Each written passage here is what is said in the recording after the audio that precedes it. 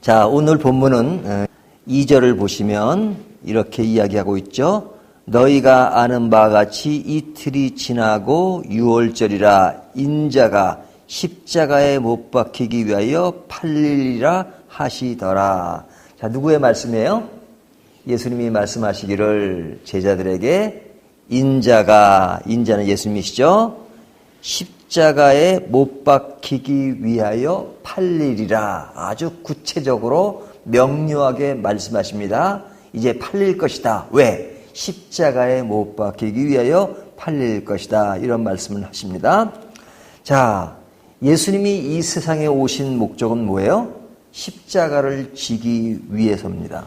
그래서 이 복음서를 보면 십자가를 지기까지 앞에 내용들이 쭉 있잖아요. 그 내용들은 결국 어디를 향하고 있는 거예요? 십자가를 향해 있는 거잖아요. 십자가까지 오기까지 과정을 쭉 설명한 내용이란 말이죠. 더 크게 보면 사복음서뿐 아니라 구약에 있는 모든 내용이 어디를 향하고 있느냐? 예수님의 십자가를 향해 가고 있습니다. 그렇기 때문에 이 십자가는 매우 중요한 겁니다. 마지막 종착역이라고 해도 과언이 아닐 정도로 하나님이 우리를 구원하시는 그 실제적 사항이 이루어지기까지 이 사건이 계속 진행된 것이죠. 그렇기 때문에 이 십자가 사건이라고 하는 것은 하나님이 인간을 구원하시는 최대의 사건이라고 할 수 있습니다. 우리 인생의 가장 중요한 것이 무엇이냐? 그러면 그런 질문에 대해서 우리는 주저함이 없이 하나님이 우리를 구원해 주신 것이다. 우리가 구원받은 것이 내 인생의 가장 귀한 것이다. 이렇게 말할 수 있어야 돼요. 구원되었다는 것. 우리가 신앙적으로 구원되었다는 것은 막 그렇게 실감 있게 생각하지 않을 때가 참 많아요. 예를 들면 우리가 죽을 고비가 있었어요. 진짜 그때 죽을 수밖에 없었어요. 그런데 어떤 사람이 나를 그런 상황에서 구해줬다. 그러면 그 사람을 뭐라 그러죠? 생명의 은인이라고 하잖아요. 내가 평생 당신을 잊지 못하고 살 겁니다. 그렇게 말할 겁니다. 하지만 우리가 삶 속에서 죽을 고비에서 산 것은 우리의 주어진 인생이지만 하나님이 우리를 구원하셨다는 것은 영원한 생명을 주는 영원히 살 수 있도록. 그러니까 이것이야말로 가장 중요한 사건이 아니겠어요? 그러니까 예수님이 십자가를 지기 위하여 내가 팔리리라 그렇게 말씀하신 것은 최고의 사건을 이루는 막바지에 왔다. 이렇게 말씀하시는 겁니다. 자, 이와 같이 말씀하실 때에 사람들의 반응이 어땠느냐 하는 것이 오늘 본문 내용입니다. 그래서 그런 표현을 이렇게 말합니다. 3절에 그때에 그러죠. 그때 예수님이 이런 말씀을 하셨을 그때에 사람들의 반응이 나오는 겁니다.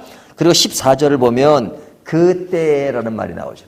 지금 그때라는 말이 반복되죠. 자, 앞에 그때가 나오고 뒤에 14절에 그때가 나옵니다. 오늘 본문이 1절부터 16절까지인데 앞에 그때가 나오고 뒤에 그때가 나오는 겁니다. 근데 이제 앞에 그때의 반응은 누구의 반응이냐면 대제사장들과 백성의 장로들이 그렇게 말하죠. 3절에. 자, 대제사장과 백성의 장로들이 어떤 반응을 보이냐면 4절을 보면 예수를 흉계로 잡아 죽이려고 의논하되 예수님을 죽이려고 의논한 겁니다. 의논하고 그 다음 5절을 보면 말하기를 밀란이 날까 하노니 명절에는 하지 말자 하노라. 그러니까 명절에는 죽이지 말자. 그러니까 죽이지 않겠다는 얘기가 아니라 미루는 거죠. 명절에 죽이면 그때 6월절이니까 사람들이 모여가지고 많을 때 죽이면 밀란이 일어나고 그리고 더 시끄러워지니까 그러니까 밀란이 일어나지 않도록 사람들 모르게까지는 아니지만 그냥 공개적으로 이렇게 죽이지는 말겠다 하는 얘기죠. 그러니까 이들이 미루는 겁니다. 그러니까 미룬다 하더라도 할 때는 그들이 예수님을 죽이고자 하는 생각을 가지고 있는 거죠. 그런 계획을 세우고 있고. 그러니까 예수님의 십자가 앞에서 그들은 예수님을 죽이고자 하는 그 생각만 한단 말이에요. 십자가는 전혀 생각도 못하는 거죠. 물론 그들의 행위 자체가 결과적으로는 그런 십자가의 사건을 이루는 것이 되죠. 그런데 그들은 그런 어떤 의미를 모른단 말이죠. 그 다음에 14절에 보면 그때 12 중에 하나인 가룟 유다라 하는 자가 대제사장들에게 가서 말하되 내가 예수를 너에게 넘겨주리니 얼마나 주려느냐 하니 그들이 은 30을 달아주거늘 그가 그때부터 예수를 넘겨줄 기회를 찾더라. 자, 앞에는 예수님을 죽일 기회를 찾는 거고 지금 여기는 은 30에 예수님을 팔려고 하는 거죠. 그래서 대제사장을 찾아갔는데 그들이 얼마를 줬어요? 은 30을 주었다. 은 30이면 어느 정도 되냐면 120데나리온이에요. 그러니까 120일 동안 받는 노동자의 품삯이에요. 그러면 뭐 하루에 넉넉자 10만 원을 준다 그래도 얼마요? 1200만 원. 그러니까 예수님을 1200만 원 정도에 팔아 넘기는 것이죠. 그러니까 이들은 예수님의 십자가를 이해하지 못하고 그릇된 태도를 보이는 겁니다. 좋지 않은 태도를 보이는 겁니다. 하지만 하나님의 역사는 그들의 그릇된 것임에도 불구하고 그 속에서 하나님의 역사가 진행된다는 것은 참 신비로운 거죠.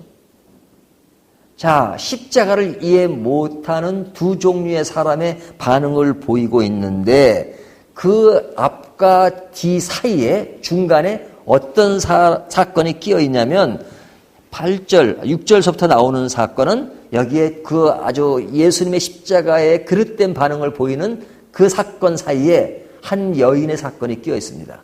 그 여인의 사건이 뭐냐면 6절 예수께서 베다니 나병 환자 시몬의 집에 계실 때에 한 여자가 매우 귀한 향유 한 옥합을 가지고 나와서 식사하는 예수님의 머리에 부으니. 자, 이 여인은 누구죠? 오늘 본문에는 이름이 거론되지 않지만 그러나 다른 복음서에 보면 이 여인이 마리아라는 것을 알 수 있잖아요. 자, 마리아가 지금 귀한 향유 한 옥합을 가지고 나와서 예수님께 부었습니다. 근데 어디에서 부었어요? 나병 환자 베다니 시몬의 집에 계실 때 그러죠. 자, 이 시몬이라는 사람이 어떤 사람인가 하는 것은 오늘 본문에 나오지 않습니다. 하여튼 시몬이라는 이름만 나와요. 근데 그 사람이 나병 환자였다는 거. 그런데 그 집에서 예수님이 식사하실 때 이 마리아가 향유를 붓습니다. 근데 그 향유가 어느 정도의 가격이 되는 것이냐. 학자들은 이렇게 얘기합니다. 1년치 봉급 정도.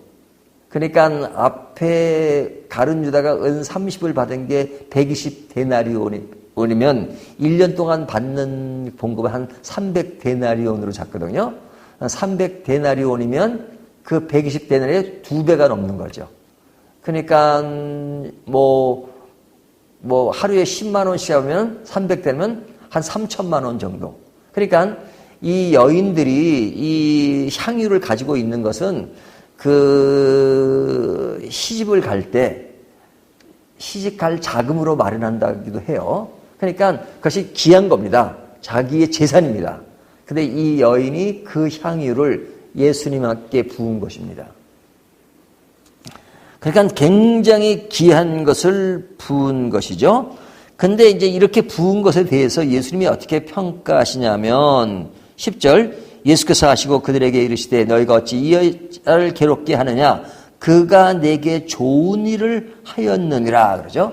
그가 내게 좋은 일을 하였느니라. 제자들은 그것을 보고서 이 비싼 것을 팔아서 가난한 자에게 주면 굉장히 도움이 될 때 이것을 이렇게 낭비하느냐 허비하느냐 이렇게 말하자요. 그때 예수님이 하시는 말씀이 그가 내게 좋은 일을 하였느니라. 그러니 이 여인을 괴롭게 하지 말라. 너희가 어찌하여 이 여자를 괴롭게 하느냐 이렇게 말씀하시죠. 그러니까 그 여인이 한 것은 굉장히 큰 일이다 이렇게 말씀하시는 겁니다. 좋은 일을 했다고 말씀하시는 거예요.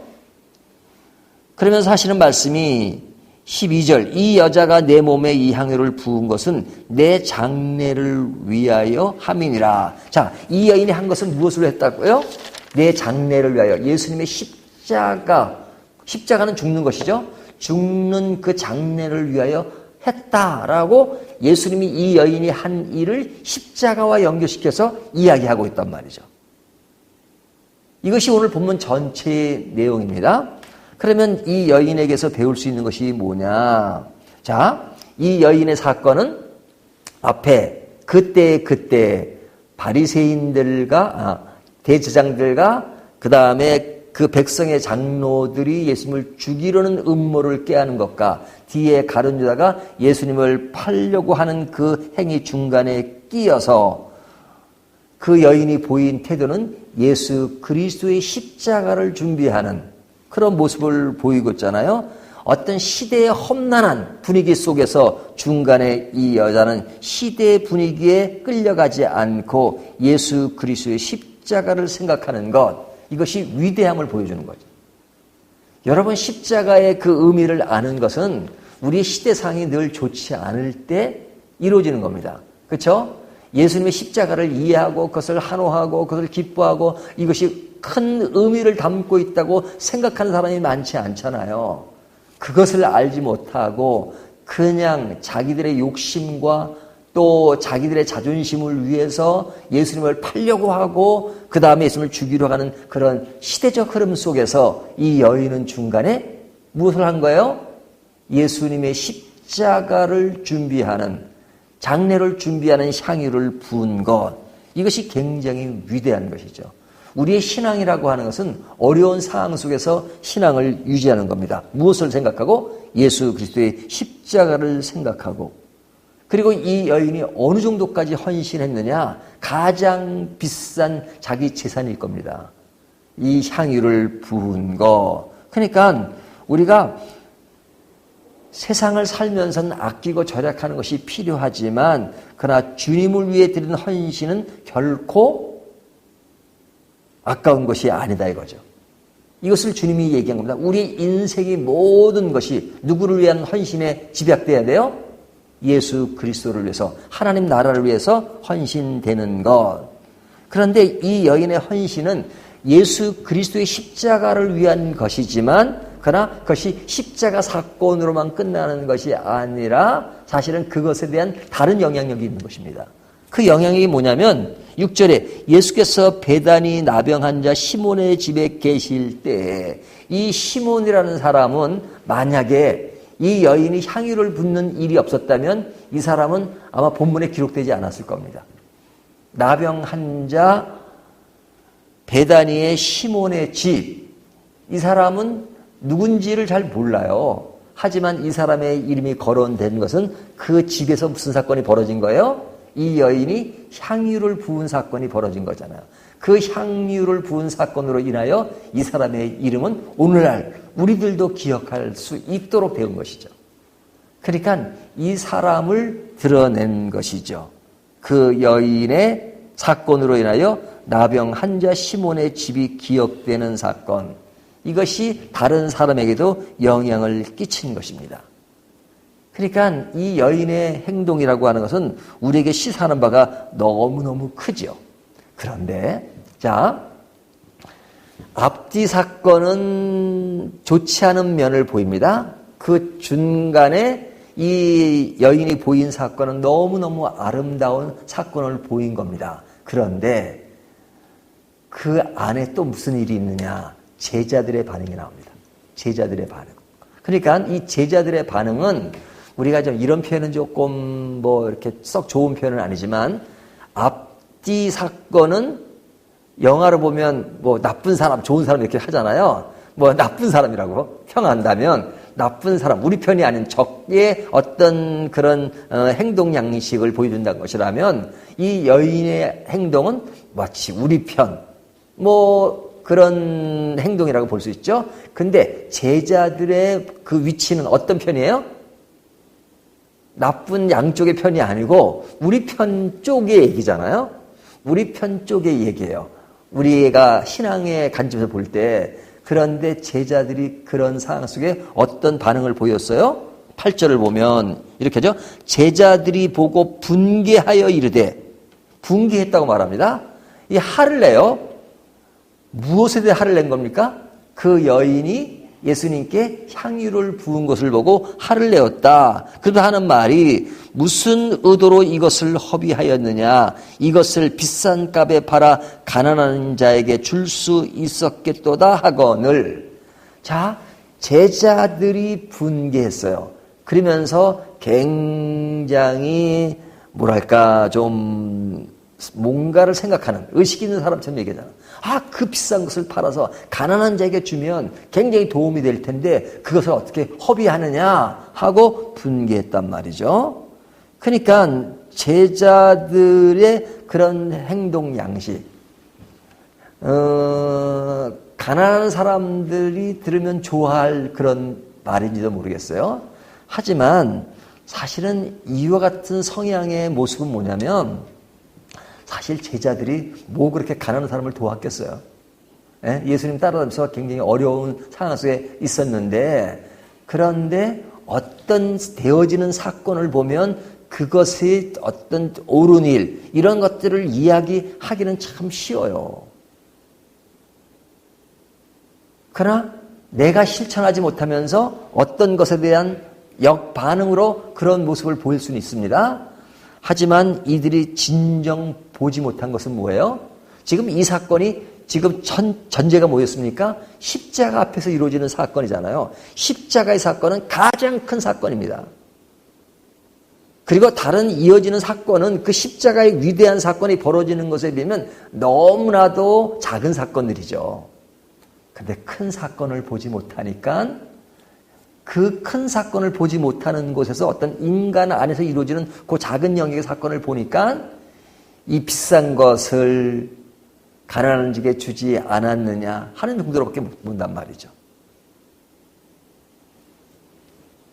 그러니까 가장 소중한 것을 지금 보지 못하는 것입니다. 지금 십자가의 사건의 문맥 속에서는 지금 이 사건에 분개하는 것은 너무 작은 것에 연연하는 것이죠. 자, 그렇다면 오늘 이 본문을 정리하면 오늘 본문은 십자가의 위대한 사건 앞에서 가장 소중한 것이 무엇인가? 그 가장 소중한 것을 행한 사람이 가장 위대한 헌신이다 하는 것을 보여주는 것입니다. 그렇다면 오늘날 우리들에게 적용한다면 우리들이 가장 중요하게 삶을 살아가는 것이 무엇일까? 늘 예수 그리스도의 십자가를 생각하는 것입니다. 구원을 생각하는 것입니다. 우리의 구원이 어떻게 완성되었는가? 그렇게 하신 주님을 바라보면서 주님 앞에 드려지는 헌신이 무엇일까? 그런 문맥 속에서 우리의 인생의 방향을 정하고 살아가는 것. 그것이 1차적인 우리의 삶의 방향이에요.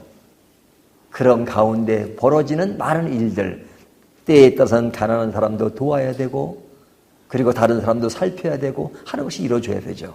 하지만 그것이 십자가의 위대한 사건의 문맥에서 벗어나는 일이라면 구원의 사건이 멀어진 그것이 아닌 그런 가운데서 가난한 사람을 돕는다 하는 얘기는 중요한 것을 빼놓고 이루어지는 어떤 인본주의적인 일이긴 하지만 그러나 가장 중요한 것을 놓친 것이라 이거죠.